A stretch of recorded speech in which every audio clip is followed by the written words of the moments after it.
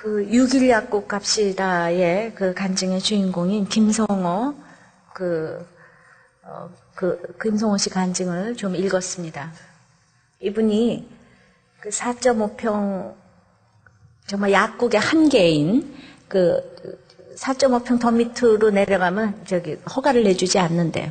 그래서 마산에 아주 변두리에서 약국을 그렇게 개업을 했는데 지금 아주 성공한 CEO로서 약국도 성공했고 그래서 아주 유명하신 분이 되었어요.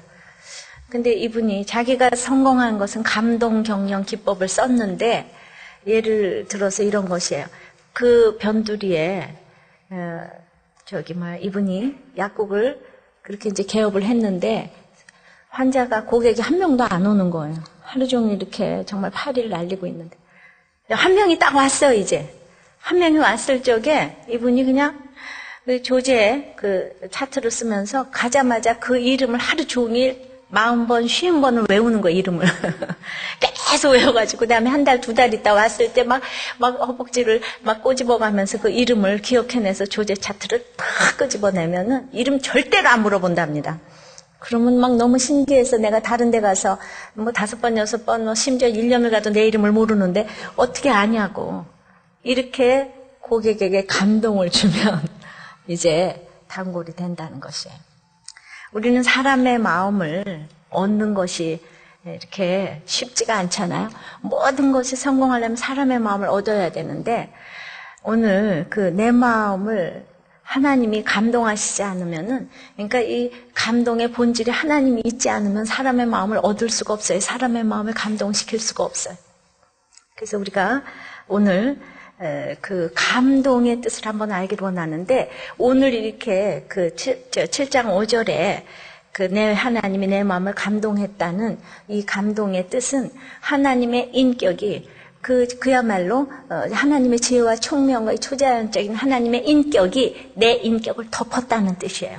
그러므로 내가 하나님의 인격대로 살기로 결단하는 것을 지금 고무시켜 주시는 거예요. 그래서 하나님이 내 마음을 감동시키셔야 돼. 우리가 감동이 없이는 교회도 올 수가 없는 거예요. 감동이 없이는 부부간에도 이렇게 화목하기가 어려운 거예요. 사랑하기가 어려운 거예요. 서로 하나님의 인격이 내 인격을 덮지 않으면은 서로 사랑할 수가 없는 거예요. 여러분들은 바람을 피고 그래서 그 여자를 좋아서 쫓아가지만은 하나님의 인격이 덮은 것이 아니기 때문에 오래가지 못하는 거예요. 바람을 피워도 여러분들은 걱정하지 마세요. 그 인간의 사랑은 다 조금 있다 끊어져 버리니까 바람 피는 사람을 향하여서 여러분들이 하나님의 인격을 덮으시기를 바라요. 그러면은 이제 인간의 사랑은 다 끊어져 버리는 거예요. 그러니까 속상해하지 마시고 정말 하나님이 내 마음을 감동하면 역사는 일어날 줄을 믿습니다. 그러므로 내 하나님이 내 마음을 감동하면 우리가 첫째 무엇을 해야 될지를 알게 되는 거예요. 5절을 읽습니다. 시작. 내 하나님이 내 마음을 감동하사 귀인들과 민장과 백성을 모아 그 보게대로 계수하게 하신 고로 내가 처음으로 돌아온 자의 보게를 얻었는데 거기 기록한 것을 보면 그러니까 하나님이 내 마음을 감동했는데 왜 감동했냐면 7장 4절에 보면 그 성은 광대하고 거민은 희소해서 성벽을 다 짓고 났는데 성은 광대하고 거민은 희소해서 거할 사람이 없잖아요. 이 노릇을 어떡하나. 그런데 항상 하나님은 우리가 하나님의 마음이 감동하면은 아주 이렇게 생각지 못했던 이렇게 그 창조적인 지혜를 우리에게 늘 주신다고요. 이것이 하나님의 일이기 때문에. 그래서 무슨 생각이 났냐 하면은 1차 포로 귀한 자들의 그 숫자를 이제 그 명단을 얻은 거예요. 그러니까 그거를 하나님이 감동함으로 얻었다는 게 이게 무슨 뜻입니까? 이 할 일이 지금 생각났는데 그분들이 여기 와서 살면 되겠구나 이 생각이 난 거예요. 근데 지금까지는 안 났어요. 그분들이 여기 와서 살면 되겠구나. 그러면은 왜 처음으로 돌아온 자만 계수를 했겠어요? 2차, 3차는요, 근래에, 온 숫자이기 때문에, 많지도 않았고, 그리고 이제 느헤미야가 3차이기 때문에 이 사람들은 성벽 중세에 모두 참여를 했어요. 그러니까 1차로 돌아온 사람들은 성벽 중세에 참여도 하지 않냐고, 지금 아웃사이더로 지금 이렇게 펼쳐져 있는데, 이거를 지금 생각해냈어요. 이거는 뭔가 하면은, 보게대로 계수했다는 거고 믿음의 조상을 기억했다는 거고 믿음의 선배를 지금 기억했다는 거예요. 그러면 1차 포로 이 귀한 자들에 대해서 우리가 역사적으로 좀 알아볼 필요가 있는 거예요. 6절입니다. 시작. 옛적에 바벨론 왕 느부갓네살에게 사로잡혀 갔던 자 중에서 노임을 받고 예루살렘과 유다로 돌아와 각기 본성에 이른 자를. 그러니까 바벨론 왕 느부갓네살이 또 누굽니까? 이제 BC 586년에 이스라엘 백성이 출애굽해서 가나안 땅에 들어갔는데 가나안 땅에 들어가서 계속 우상 숭배를 하니까 이제 넌 바벨론 포로로 보낼 수밖에 없다. 그래서 포로로 갈 적에 이 바벨론 느부갓네살에 의해서 압제를 당하고 포로를 갔는데 그때 70년 후면은 너가 돌아올 것이다 약속을 주셨어요. 그를 예레미야를 통해서 이제 70년 후면 네가 돌아올 거다. 29장 10절에 너를 이제 돌아오게 할 거다 그 편지를 줬는데 그 말이 이제 이루어져서 이제 그 1차 포로 때 돌아왔는데 그 역사가 어디 있는가 하면은 그 이제 느헤미야를 이렇게 두고 에스라 1장을 잠깐만 좀 읽어보십시다. 그 앞에가 에스라예요. 이게 그 둘이 똑같이 이렇게 십몇 년 차이를 두고 지금 에스라하고 느헤미야가 이제 그 시차를 두고 이 똑같은 동시대를 살았던 사람인데 그럼 어떻게 감동을 해서 고레스가 우리를 포로된 데서 이렇게 놓아주었는지 그걸 잠깐만 읽어보겠습니다. 1절서부터 좀 읽으시자. 바사왕 고레스 원년에 여호와께서 예레미야의 입으로 하신 말씀을 응하게 하시려고 그러니까 예레미야의 입으로 하신 그 이제 말씀이 이제 지금 이제 그 70년 후에 이제 돌아온다는 그 말이에요.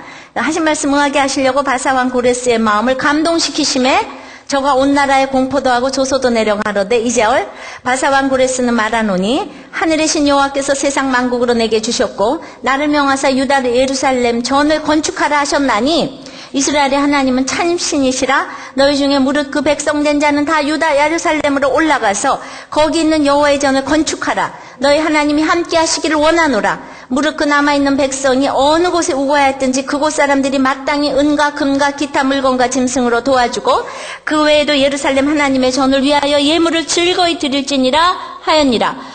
5절까지 이에 유다와 베냐민 족장들과 제사장들과 르이 사람들과 무릇 그 마음이 하나님께 감동을 받고 올라가서 예루살렘 여호와의 전을 건축하자 하는 자가 다 일어나니 그 사면 사람들이 은그릇과 황금과 기타 물건과 짐승과 보물로 돕고 그 외에도 예물을 즐거이 들었더라. 그러니까 예레미야의 말씀을 응하게 하시려고 세계 최고의 강대국 고레스의 마음을 감동시켜가지고 고레스가 뭐라 그러냐면 너희들 가가지고 여호와의 전을 건축해라 이래요. 우리가 사는 목적은 이렇게 여호와의 전을 건축하려고 사는 거예요.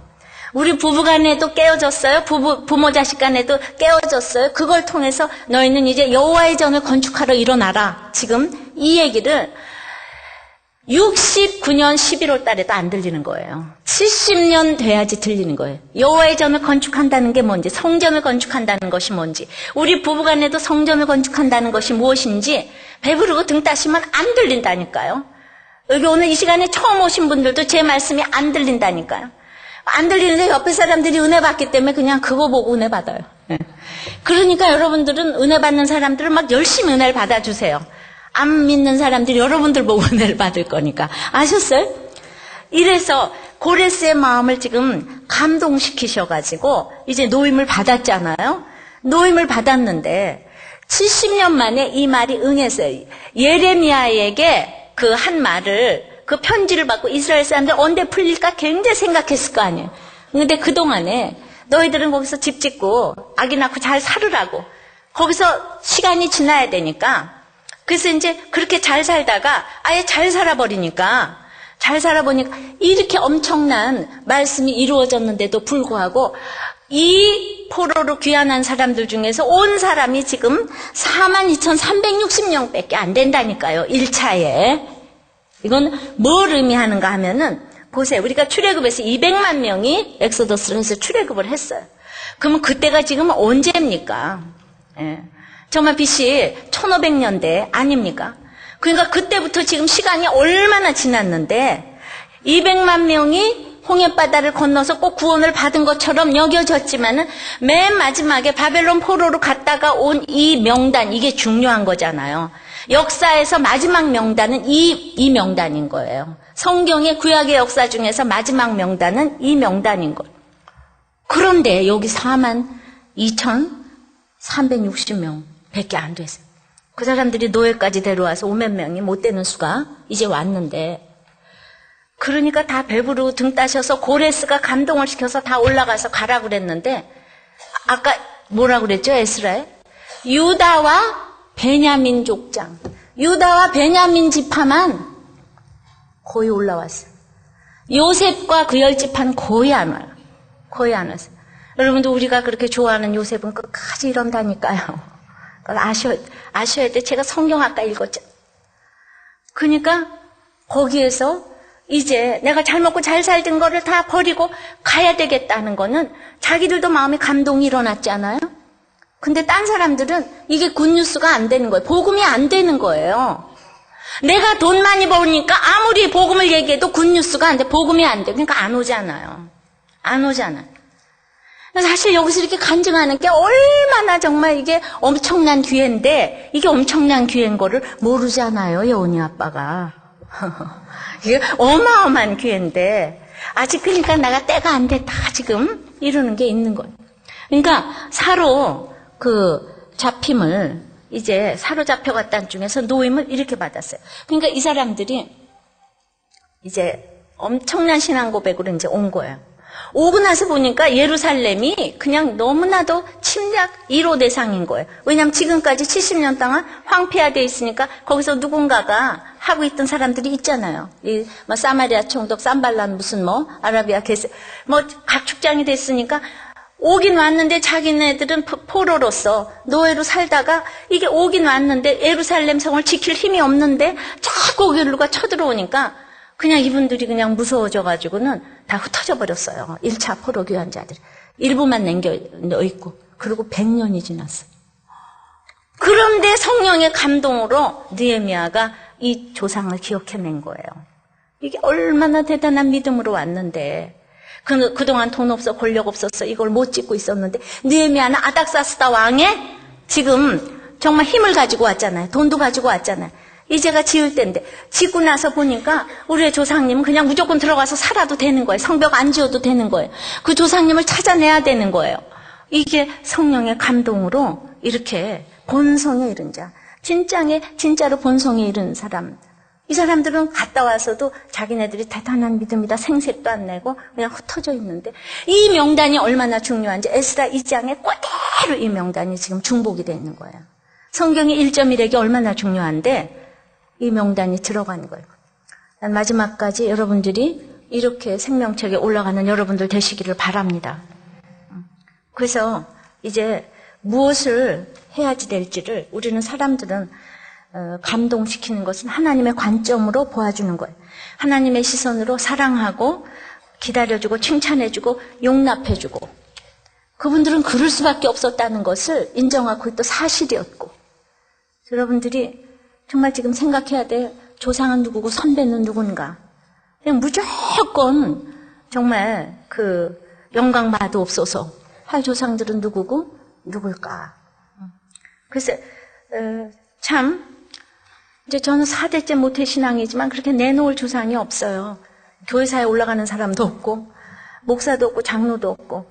그래서 나는 정말 내놓을 그것이 없다고 생각을 했는데, 우리의 조상이 정말 또 우리 엄마 아버지가 나를 낳아주지 않았으면 내가 어떻게 오늘 이렇게 예수를 믿겠습니까?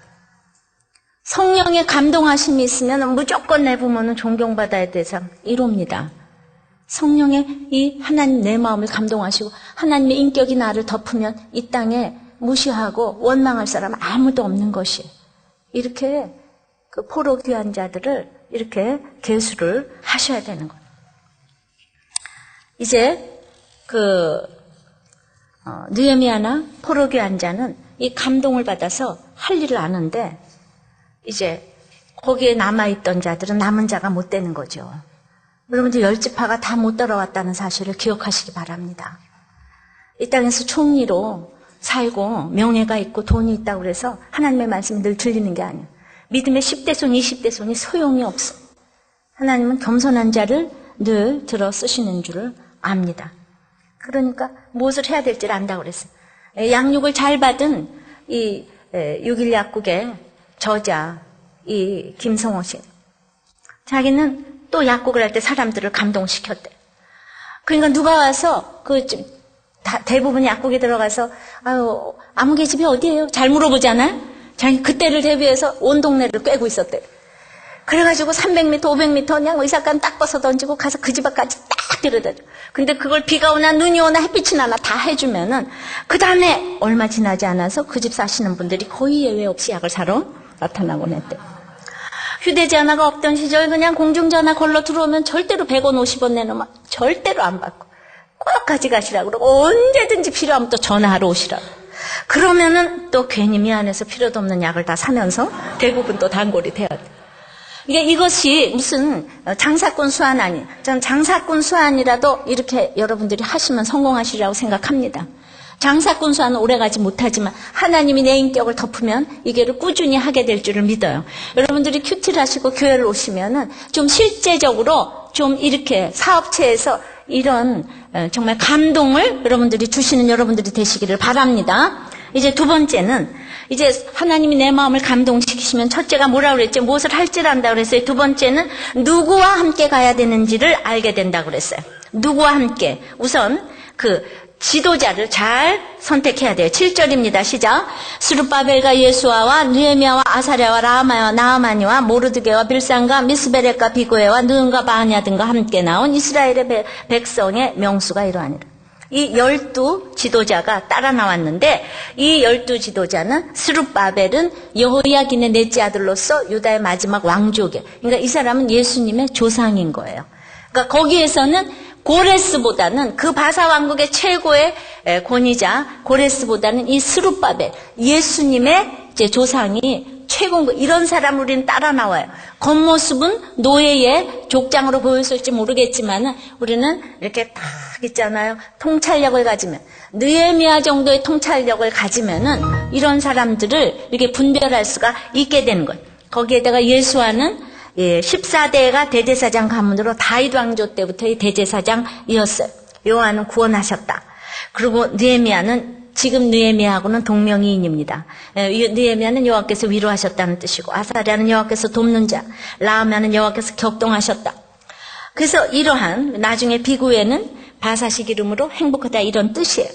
그래서 이런 예수를 믿으면 하나님께서 나를 감동하시면 내가 어떤 지도자를 따라야 할지 이거를 분별하게 돼. 내가 어떤 지도자를 따라야 될지. 그 10지파는 바사의 고레스 왕 밑에서 살겠다고 남아 있었잖아요. 그까지 그 권력이 최고인 줄 알고 돈이 최고인 줄 알고 남아 있었잖아요.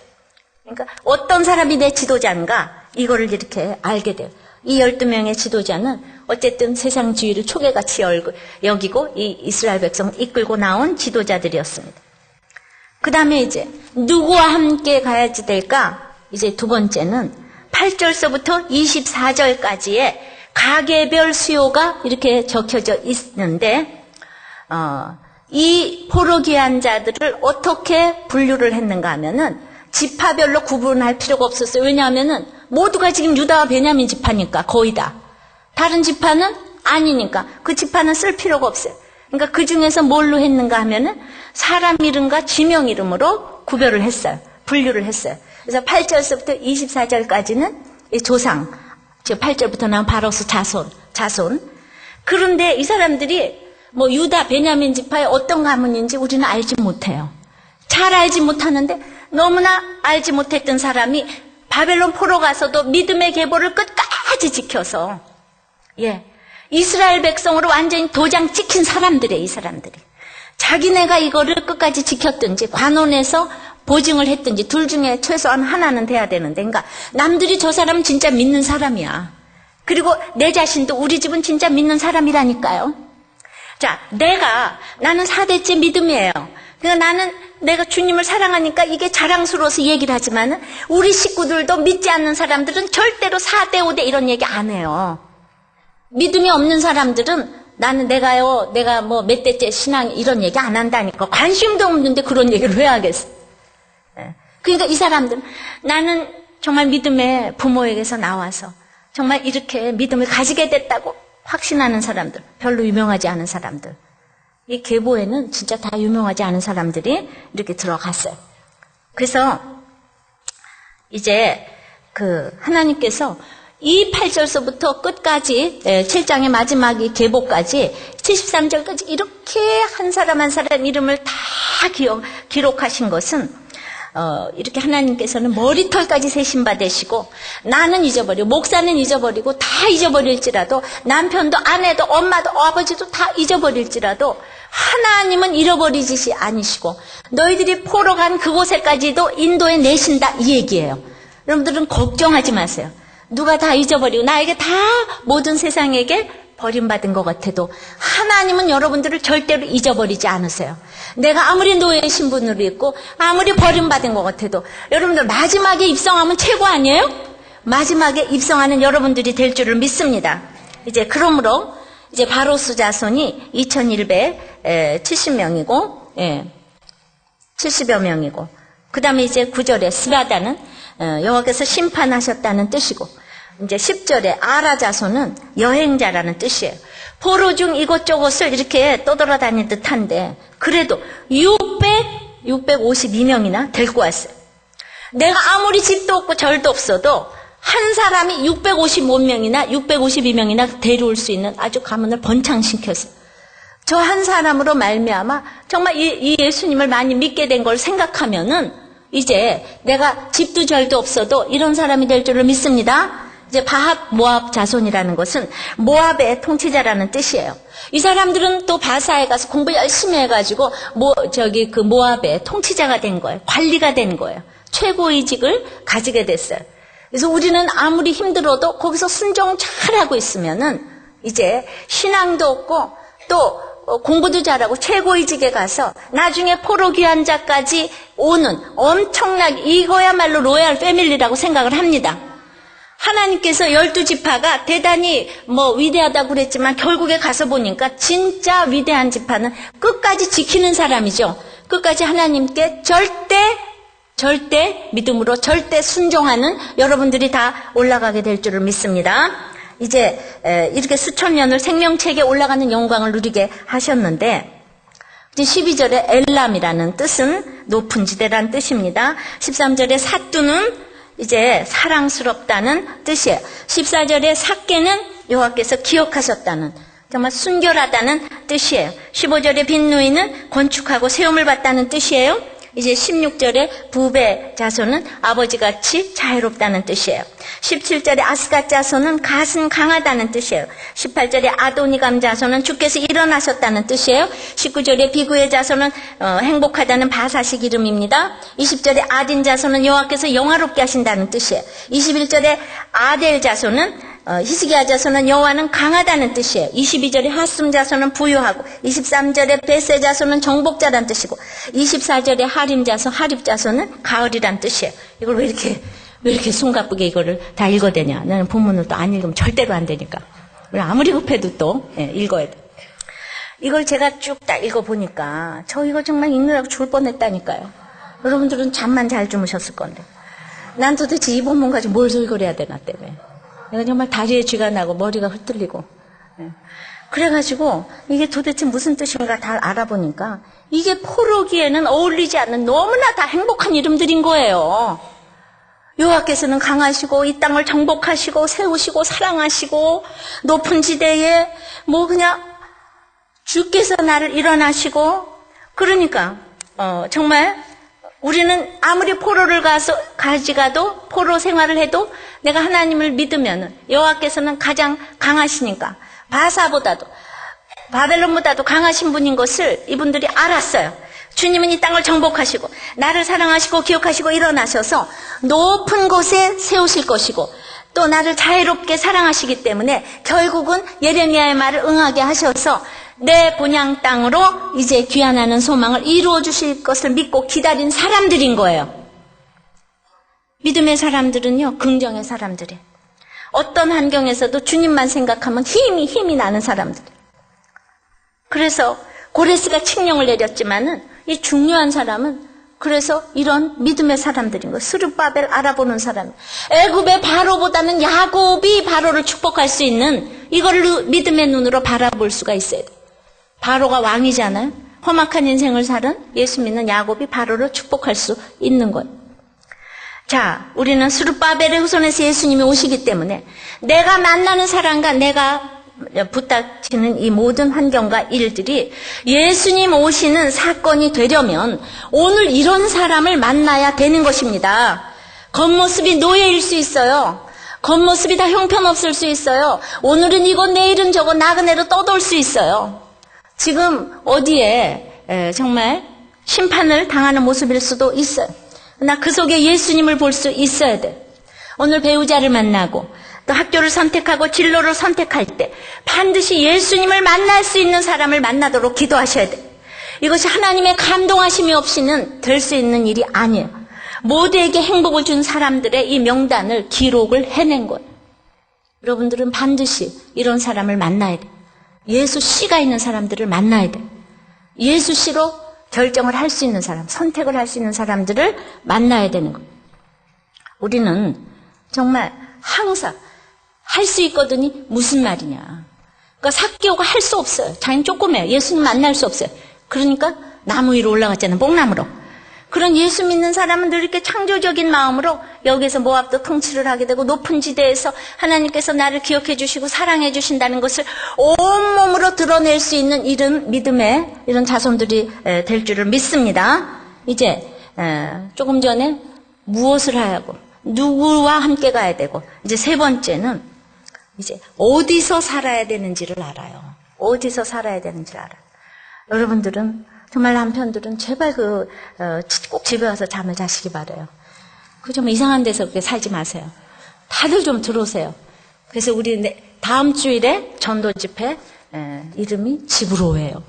제발 다 집으로 돌아오세요. 우리들 교회 가정 중수 집으로 아시죠? 영원토록 이제 이 전도대 이름은 집으로예요. 다른 이름을 생각해 보려다가 이 이름보다 우리들 교회를 대표하는 이름은 없는 거예요. 다들 집으로 돌아오세요. 좀 해보세요. 시작. 집으로 돌아오세요. 내 아들아, 내 남편, 전부 다 집으로 돌아와. 그죠? 자녀들한테도 돌아오셔야 할 건 없잖아요. 그죠? 집으로 어디서 살아야 하는 거가 너무 중요한데 그것은 이제 25절부터 38절까지의 계보인데 여기는 다들 그동안은 바로스 자손 누구 자손 하더니 25절부터는 기브온 사람, 베들레헴 사람, 아노더 사람으로 바뀌었어요. 자, 자손만은 못하지만은 그래도 어디서 살아야 되는 거 중요해요. 자손만은 못해요. 그러나 위치도 너무너무 중요한 거예요. 지명도 성읍도 중요한 거예요. 자손만 왜 못한가 하면은 갑자기 데려온 명수가 팍 줄었어요. 2,000명에서 90명으로 줄었어요. 그래서 이 땅에는 누구와 함께 가는가가 제일 중요한 거예요. 네, 그러나 그래도 이 성읍도 참 중요합니다. 근데 이 성읍의 특징은 어떤 특징이 있는가 하면은 거의 다가 베냐민 지파에 속하는 성읍이에요. 그래서 아나돗, 데다스마엘, 그비라, 부에롯, 라마, 게바, 믹마스, 여리고, 로드, 하딧, 오노 다 베냐민 지파. 전체적으로 베냐민 지파. 뭐를 의미할까? 베냐민 지파는 사사기 20장에 보면은 레위 사람의 첩을 다 같이 행음을 해가지고 레위 사람이 너무 화가 나서 자기 첩을 열두 토막을 내가지고 온 지파에다 보내가지고 싸움이 일어나서 베냐민 지파가 멸절을 했어요. 그때. 두 번 다시 지구상에 일어나지 못하는 줄 알았어요. 그런데 그 베냐민이 그때로부터 600년 후에 포로 생활 이후에 이렇게 찬란하게 돌아오는 거 있지요. 여러분들 집안이 사형수 집안이에요? 엄마가 아버지 죽였어요? 아버지가 엄마 죽였어요? 아들이 아버지 죽였어요? 우리들 교회뿐만 아니기 때문에 제가 이런 질문을 하는 것입니다. 그럼에도 불구하고 맨 마지막에 입성하는 사람들은 주로 이런 사람들이 입성하네요. 유다, 베냐민. 여기에서 그 유명한 사도 바울이 나오잖아요. 여러분들 내 집안의 저주, 전혀 저주라고 생각하지 마세요. 지금부터 시작하면 이렇게 입성하는 집이 될 줄을 믿습니다. 배부르고 등 따실 때 우리가 무슨 그렇게 하나님을 찾겠어요. 힘들고 어려우니까 눈물로 우리 주님 만나는 사람 최고 아닙니까? 자, 그래서 전체적으로 그 베냐민을 그렇게 적용을 할 수가 있어요. 또 25절에는 기브온 사람. 이 사람들은 그러니까 정확한 가계를 증명하지 못했어요. 그러나 정말 이 귀한 지별, 성읍으로 자기네 믿음을 증명한 거예요. 내가 베냐민 정말 이런 전체 적이고, 그 다음에 이제 기브온 출신 아니냐. 기브온이야말로 또 여호수아한테 거짓말 해가지고 이제 속여가지고 나무 패고 물겠잖아요. 이 사람들 여러분도 혹시 사창가 출신이에요? 카드 빚지고 그냥 막 부동 하나 가지고 그냥 돈 다 떼어먹고 그랬어요? 네. 속였어요? 네. 그래도 이 수치스러운 것이 이렇게 기억이 되는 아주 너무나 성령의 지명이 이렇게 되었습니다. 26절에 베들레헴은 떡집이에요. 여긴 다윗 왕의 고향이에요. 앞으로 예수님이 나실 곳이에요. 그리고 거기 느도바는 유다 지파인데, 자, 이미 그때 너무 믿음으로 유명해진 곳, 이 베들레헴 있잖아요. 우리도 막 주기철 목사님 산정연교회 이렇게 너무 유명하지 않아요. 이런 유명한 집도 있어요. 유명한 곳도 있어요. 그래서 우리는 다 우리 집이 유명해질 걸 알고 이렇게 기도하고 가시자고. 제가 이제 우리 아파트에서 20년 이상을 사는데 너무 이제 헐어가지고 이제 허물어지기 직전인데, 날마다 거기서 성경 보고 그다음에 그 뒤에 고수빛이 거닐고 하면서 똑같은 생활을 했는데, 이거를 그냥 단독주택에서 살면 이거 그대로 그냥 기념이 혹시 되지 않았을까, 이렇게. 제가 단독주택에서 살면 이게 내가 늘 거니던 길이 똑같고 이러는데, 불행히도 하나님은 이제 허물어 버리실 예정이에요. 베들레헴 같이 제가 그 정도 수준이 못 돼가지고. 그러나 우리는 이렇게 다른 것보다도 내가 성경을 읽고 기도를 하고 이랬던 장소들을 자녀애들에게 기념하면, 할머니가 이곳에서 묵상을 했어, 할머니가 이곳을 늘 거닐면서 기도를 했어, 성경 말씀을 외웠어, 이렇게 기념하게 하면은 정말 그것 또한 얼마나 좋겠습니까? 그죠? 우리 할머니는 맨날 쇼핑만 했어. 우리 할머니는 맨날 놀러만 다녀서 헬스클럽만 갔어. 이렇게 기억되는 것보다 할머니는 그냥 늘 성경을 보고, 우리 증조 할머니 늘 기도를 했고, 그래서 늘 거닐면서 늘 묵상을 했다. 이렇게 기념되는 여러분들 되시기를 바랍니다. 27절에 아나돗은 가나안 여신, 그 아난 여신을 숭배했던 곳인데, 이제 나중에 레위에게 할당된 48 성읍 중에 하나가 되고 예레미야 고향이 됐어요. 이 아나돗. 예. 여기에도 그렇게 우상숭배를 했던, 여자를 우상숭배하고, 정말 그냥 여자를 쫓아다니고 바람을 피고 맨날 이랬던 이 아나돗이 이렇게 또 유명한 성읍이 됐습니다.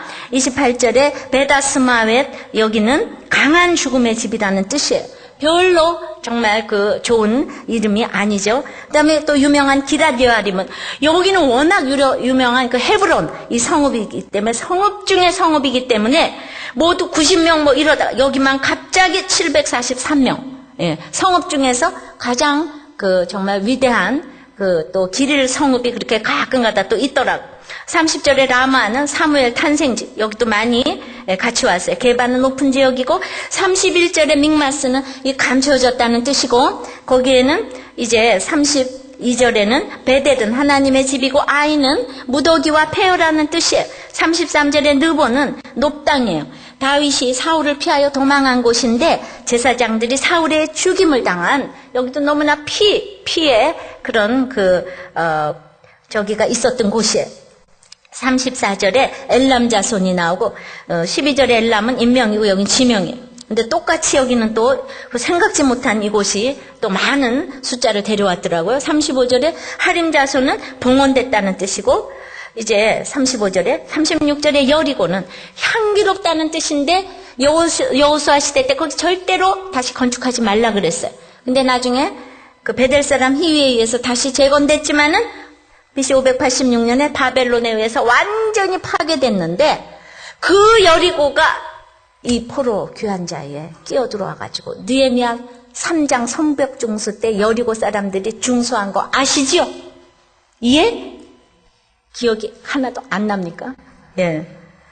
그런데 저는 여기에 여리고가 들어오고 기브온이 들어오고, 아나돗이 들어오고, 너무나 정말 말하기 싫은 우리 집안의 수치의 족보들이 자리자리 있는데, 사창가에 사형수에 무기수에 속이고 뭐 이랬는데 이 사람들이 그 많은 10지파를 다 제치고 요셉 지파까지 다 제치고 여기 5만 명, 4만 2천 명에 당당하게 입성을 했습니다. 여리고에서는 주님께서 소경의 눈을 뜨게 하는 역사까지 이루어진 기가 막힌 장소가 됐어요. 그 다음 37절의 로드는 뭐 산고의 뜻이 있고, 하짓은 날카롭다는 뜻이고, 오노는 힘세다는 뜻이고, 또 스나자소는 가시가 많은 뜻이고, 가시가 많고 힘들고 날카롭고, 이런 모든 내가 생각하기도 싫은 우리 조상들, 부모들, 살아온 거는 생각하기도 싫은 이런 모든 장소들이, 이 수치의 장소가 하나님이 감동케 하시면 이렇게 믿음의 성읍이 될 줄을 믿습니다. 그래서 그냥 성경을 읽으면서 그냥 여기는 저기만 사람, 자손, 여기는 성읍. 중요한 거는 사람이고, 그러나 내가 살았던 곳이 다 믿음의 성읍이 되기를 위해서 기도하셔야 되겠죠. 내가 이상한 집에 시집 갔어도 그곳은 믿음의 성읍이 돼야 되겠죠. 내가 뭐 어디에서 정말 뭐 장충동으로 시집 가면은 거기가 믿음의 성읍이 돼야 될 것이고, 어디에서 사는가는 너무 중요합니다. 어떤 곳에서도 유다 백성들은 포로로 간 날서부터 풀려날만 기다리고 있었어요. 그런데 그 예레미야가 편지를 띄운 시기는 포로 생활 시작하고 나서 좀 시간이 지난 후에 편지를 띄웠는데, 아직도 5, 60년이 남았을 때에 편지를 띄웠는데, 예레미야 29장 5절에 거기서 집 짓고 거기 거하며 전원을 만들고 그 열매를 먹으라. 아내를 취하며 자녀를 생산하며 너희 아들로 아내를 취하며 딸로 남편을 맞아 그들로 자녀를 생산하게 하며 너희로 거기서 번성하고 세잔하지 않게 하라. 그 힘든 동안에 거짓 선지자에게 혹하지 말라. 우리는 힘드니까 계속 점치러 댕기고 뭐 그러더라고.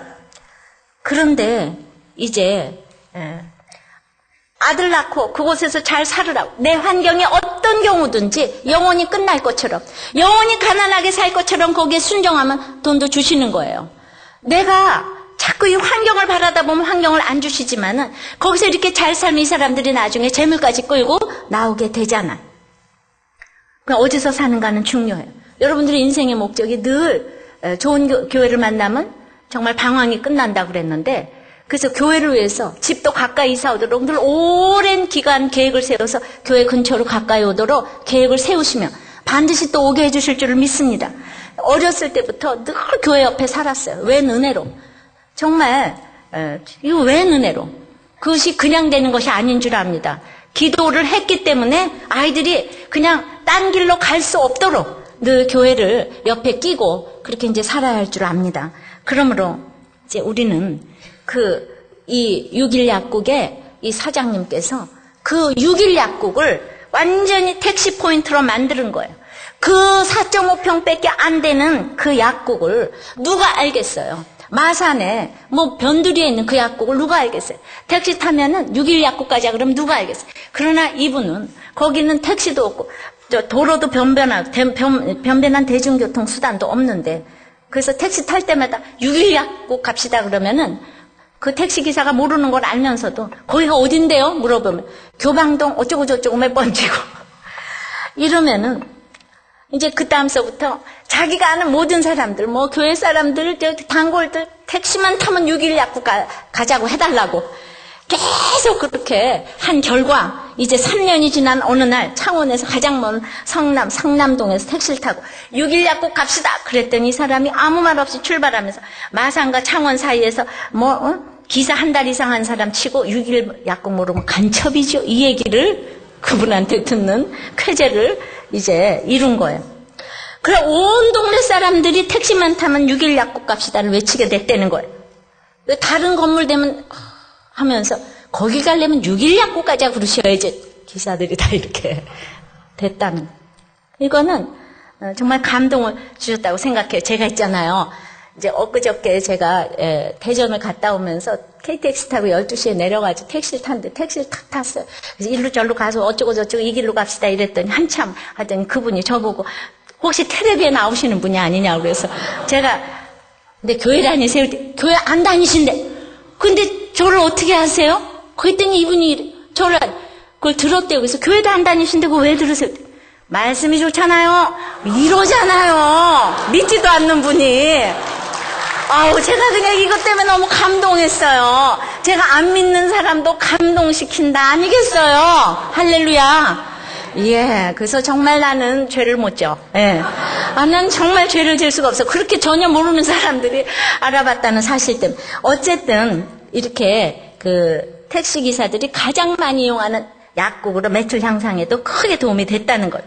이분은 자기를 설명할 때 메가스타드 엠베스트 교육 대표이사 이런 타이틀이 있고 다 그러지만은 자기는 또 명함엔 없지만 서울대 약대를 졸업했다는 사실을 언제나 명찰과 같이 설명할 때 꼭 설명을 한다는 거예요. 왜냐하면 그 마산에서 그 변두리에서 하니까 자기는 그것도 다 이제 써먹는다는 거예요. 자기는 대학을 졸업한 후에 2부 이자를 빌려가지고 그 마산에 변두리 지역에서 정말 약국 채소 허가 면적인 이 4.5평으로 개업을 했지만은 개업 12년 만에 200배로 매출을 증대시켰을 뿐만 아니라 사업도 성공했고 모든 교육에도 성공할 수 있었는데 그 비결이 뭐냐고 물어보면 난 이렇게 말한다는 거예요. 성경이 내 경영 지침서다. 성경에 나와 있는 대로 하다 보니까 성공했다. 그냥 자본 어쩌고 저쩌고 천재적 재능 아무것도 없지만은 나는 성경대로 원칙을 지켰기 때문에 이렇게 잘하게 됐다. 나는 가난한 목사의 자식이었지만은 정말 무일푼에 아무것도 없는 사람으로 시작했지만은 내가 받았던 교육의 대부분은 기독교적인 가치관을 지닌 것이었고 아버지 목사님을 통해서 엄격한 신앙 훈련을 받았고 성경대로 가르치셨으며 그래서 거짓말하면 어김없이 굶어야 했고 속이고 과장하는 것은 상상할 수가 없었고 성경대로 사는 것이 우리 가족의 삶의 철학이고 성경적 교육이 엄청난 사업의 자산이 되었대요. 성경대로 살고 성경대로 사업을 하고 성경대로 인간관계를 가지면 반드시 성공한대요. 이분이 이렇게 써놨어요. 성경은 고리타분한 교리서가 아니라고 우리의 삶을 인도하는 등대와 같다. 할렐루야. 저는 때가 되면 하나님 나라를 위해서 이 강대국왕의 마음을 다 움직여 주시는 것처럼 하나님께서 우리의 환경을 바꿔주실 때 이제 우리가 할 일은 이 성전 건축이 목적인 거예요. 고레스가 성전 건축하라고 하라 그랬잖아요. 성전 건축하러 다 일어났다 그랬어요. 유형과 무형의 선령 건축을 하러 우리는 다 일어나야 되는 거예요. 내가 겨우 자리 잡고 잘 살고 있는데 성전 건축하라 그러면 다 귀찮아요. 그러니까 다 안 왔잖아. 열지파가 다 안 왔잖아. 내가 사는 상황이 좋건 나쁘건 또 내가 사는 곳이 좋건 나쁘건 인생의 목적은 성전 건축인 것을 알아야 돼. 그러므로 우리는 이제 무형의 성전 건축만 할 뿐 아니라 유형의 성전 건축도 살아서 한번 해보는 건 엄청난 은혜인 줄 믿습니다. 자녀들에게 진짜 유형의 성전 건축을 하면서 수많은 사람들이 거기서 믿음이 단련이 되고 시험이 드는데 저는 글쎄 그렇게까지는 내가 어떤 분이 그래요. 지난번에 레노발에 목사님 14번을 가가지고 설교를 하는데 14번을 헌금을 하시더래요. 교인들한테 새벽 낮천. 이거 너무한 거 아니냐 그랬더니 그 목사님이 왜 우리 교인들 잘 사는 게 배가 아프냐. 난 우리들 교인 잘 살게 하기 위해서 헌금을 하는 거다. 기독교 신문에 크게 났는데 어떤 분은 사업을 위해서 건강식품을 하는데 11조를 1억을 했는데 몇 달 안에 금세 작정 헌금을 했는데 금세 채워져서 그 다음에 점점 더 자기는 목사님의 이 모든 비전을 위해서 살아드리는 게 인생의 목적이고 11조를 해서 100억을 하기로 작정을 했대요. 여자분인데. 그런데 성령의 감동이 와서 1000억을 하기로 했대요. 이따만하게 신문에 크게 헤드라인 인터뷰가 났어요. 여러분들 작정 좀 해보시라니까. 11조 매출 말고 11조 1000억 하기로 결정을 했대요. 여러분들이 작정 하나님이 빨리 주는 거 아시죠? 지난번에 황수가 난 요새 그런 기사만 눈에 띄어. 예. 그래도 아무도 안 해요. 여러분들이 어찌나 그 열지파 같은지 눈도 깜짝 안. 자, 유형과 무형의 성전을 지어가는데 그 모든 것이 이제 대단한 것이 아니라 1년 6개월밖에 안 된 이 예목 훈련 받으신 집사님이 지금 그 소감을 썼는데 자기는 왜 처음은 이렇게 받게 되었나 생각을 했더니 능력도 신앙의 깊이도 없다 보니까 그저 권위에 순종하는 마음으로 훈련을 받게 됐는데 아는 것도 없는 사람이 부담까지 없이 받다 보니까 그냥 오히려 나눔과 오픈이 어렵지 않았고 아는 것도 없는 것이 부담도 없이 받다 보니까 적용거리를 딱딱 줘. 그러니까 이제 이게 덧셈 뺄셈하다 곱셈 올라가면 그게 너무 어렵지만 덧셈 뺄셈 저절로 되는 것처럼 이제 딴 분들한테 뭐 정말 자기 같은 사람도 예목 훈련 받았으니까 자기는 좀 이렇게 하라고 권하고 싶다는 거예요. 자기는 되는 일이 하나도 없고 뭐 아버지 무슨 변호사 선임하고 이런 모든 것도 지금 패소하고 뭐 직장도 뭐 어쩌고 저쩌고 안 돼서 그랬는데 이제 마지막 과제 큐트 여호수아 6장을 보니까 여리고성을 그냥 한 번에 돌면 되지 뭘 이렇게 맨날 돌라고 그래. 그냥 한 번에 탁 돌면 주면 되지 왜 이렇게 뺑뺑이 돌리면서 이게 주시겠다는 거야 말겠다는 거야. 아니 이 사람들이 보면서 아니 그냥 시간 지나서 소리 한번 지르면 무너뜨릴 거 진작에 무너뜨리지 소리 한번 이랬는데 자기가 지난번에 주차 시간에 그냥 이렇게 보니까 있잖아요. 그냥 누가 와서 차를 비켜달라고 그러는데 가서 너무나 이제 비켜줬는데 그 사람이 싹 비꼬는 얘기를 했대요. 내가 그냥 전화를 하자마자 나가서 차를 비켜줬는데 그냥 아니 그렇게 비꼴 것까지 뭐가 있어 그냥 기분이 확 나빠가지고 2-3시간을 가는데 정말 자기는 지금까지 적용했다고 생각했는데 그냥 부부간에나 적용을 했지 일상생활에서는 전혀 적용이 안 되고 그냥 결혼 중수밖에 모르니까 그냥 부인한테만 잘하는 거 이것만 알았지. 그래서 그냥 그걸 딱 보니까 계속 돌아야겠구나 이거를 깨달았다는 거야. 나는 그냥 돌 수밖에 없어. 자, 이렇게 중수를 해가는 사소한 데서부터 여러분들이 중수되어질 줄을 믿습니다. 하나님의 감동하심이 없으면 이런 것도 적용을 못해요. 말씀을 맺습니다. 내 하나님 내 마음을 감동하시면 우리가 무엇을 해야 될지 안다 그랬죠. 어디에서 살아야 하는지 알게 된다 그랬어요. 정말 무엇을 해야 할지 누구를 만나야 될지 어디에서 살아야 하는지를 알게 된다고 했습니다. 진실로 여러분들의 마음에 하나님의 마음이 감동하심이 있기를 바라고 어떤 환경에서도 일어나서 빛을 비추는 여러분들이 되시기를 바랍니다. 잊었던 믿음의 선배를 우리가 기억을 해보시고 그리고 이제 오늘 내 부모님이 알코올 중독자건 가정을 돌보지 아니하고 정말 바람을 피웠건 마약 중독자건 폭력을 행했건 우리는 그 조상이 있었기 때문에 오늘날 이렇게 저희들이 예수님을 믿게 된 것입니다. 이제 무조건 내 부모님은 이제 광대하고 큰 성벽에 들어와서 그냥 사실 자격이 있으세요. 내가 예수 믿는 것이 얼마나 귀하다고 생각한다면 육적으로 날 낳아주신 이 부모님을 우리는 이제 찾아보며 감사하기를 바랍니다.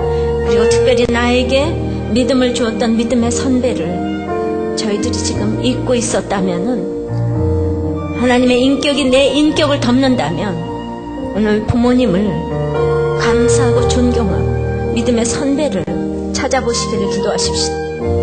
이제 그러므로 내가 이제 누구와 함께 가야 하는지를 우리가 또 알게 된다고 그랬어요. 긍정적인 사고를 하고 창조적인 사고를 하는 사람들을 우리가 알아보게 되고 우리는 고레스보다는 이제 스룹바벨 예수님의 조상인 스룹바벨 그가 노예의 족장이라도 우리가 따라가야 될 지도자를 알게 해달라고 기도하시고 이제 믿음의 가게가 얼마나 중요한지 내가 그리고 믿음을 밀려주기 위해서 집도 절도 없어도 알아가 652명을 데리고 온 것처럼 우리는 믿음을 밀려주기 위해서 사투를 벌이는 씨름을 해야 될 것입니다. 내 힘으로 할 수가 없는 것. 믿음의 가게가 되기 위해서. 이 사람들은 우리가 어떤 가문인지 몰라요. 그러나 이분이 17가문에 16,000명. 그 많은 가문들 중에서 17가문에 16,000명이 된 것입니다. 그 성경에 나오는 수많은 가문 중에서 17가문. 이름도 들어보지 못한 이 가문들이 노벨 평화상보다도 더한 상을 받고 이렇게 그 수많은 사람들 중에서 이 16,000명이 되어서 입성을 했습니다. 우리가 어떤 상황에도 이런 믿음의 가문이 되게 해달라고 기도하십시다. 가장 중요한 것은 이제 또 어디에서 살아야 하는지를 하나님의 감동하심으로 여러분들이 알기를 원합니다.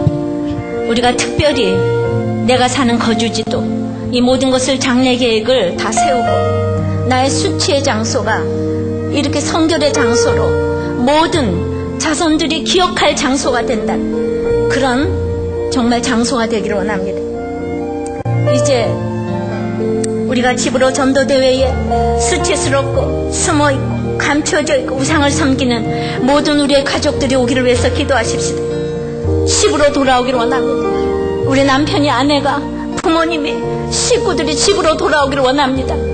주님, 집으로 돌아오기 위해서 교회에 와야 하는 것입니다. 우리 1차적인 목표가 집으로 있는 것입니다. 집으로 몸만 들어와 있는 분이라면 마음이 들어오고 영이 들어오기를 원합니다. 한 마음이 되기를 원합니다. 진정한 주님과의 교제가 일어날 수 있는 아버지 하나님 집으로 전도대회가 되기를 원합니다. 이제 여러분들의 모든 사건은 예수님이 오시기 위해서 결정하는 일이 되기를 원합니다. 결혼도 직업도 모든 학업도 우리는 예수님이 오시기 위해서 결정하는 그 일들이 될 수 있도록 기도해 주시고, 특별히 지난주일에 이제 쓰러진 오준이를 위해서 기도해 주십시오. 이제 하나님이 우리를 감동하고 오준이를 감동하셔서 그 아이의 유형의 성전이, 몸의 성전이 중수되기를 기도해 주십시오. 회복되기를 기도해 주십시오. 우리가 서로 더 감동이 오면 이 일을 통해서 하나님의 역사를 이루어 주실 줄을 믿습니다. 이제 모든 이름들을 불러가며 집으로 초대할 이름들을 가슴에 놓고 불러가면서 정말 간절하게 대상자를 위해서 기도하시길 바랍니다. 다 같이 기도합니다. 아버지 하나님, 내 하나님이 내 마음을 감동하셔서 내가 무엇을 해야 될지를 알아야 되는 중에 아버지 하나님, 오늘 믿음의 조상에 대해서 감사하는 마음이 없었음을 고백합니다. 너무나 목회를 하는데 내 조상이 좀 떨어졌으면 얼마나 좋았을까. 주님 불쌍히 여겨 주시옵시고, 오늘 내 부모가 알코올 중독자에 바람꾼이에 정말 마약 중독자라고 할지라도 그 부모가 있어서 우리가 그 육적으로 나를 낳아주었기 때문에 우리가 예수님을 만났습니다. 우리 부모님은 무조건 존경받아야 될 대상인 것을 알고 저희들이 그 부모에 대해서 감사하기를 원합니다. 주님, 그리고 나를 주님께로 인도해준 믿음의 선배에 대해서 감사함이 없었던 것을 용서해 주시옵시고 저희들이 생각하기를 원합니다. 주님, 오늘 주님께서 너는 누구와 함께 갈래 하시면 저는 이제 내 목회에 누가 도움이 될까 두리번거리는 마음이 있는 것을 주여 고백합니다. 주님, 내가 도와줄 사람을 찾지 않냐고 아직도 도움받을 사람을 위하여서 두리번거리는 저를 불쌍히 여겨 주시옵시고, 이제 아버지 하나님, 참으로 수치의 성읍이 정말 놀라운 주님의 성읍이 되는 것을 알면서도 아버지 하나님, 아직은 참으로 기본이 싫고 아버지 하나님, 황폐한 아이도 싫어서 너무나도 하나님이 슬퍼하실 생각을 많이 하고 있는 것을 주님 앞에 고백합니다.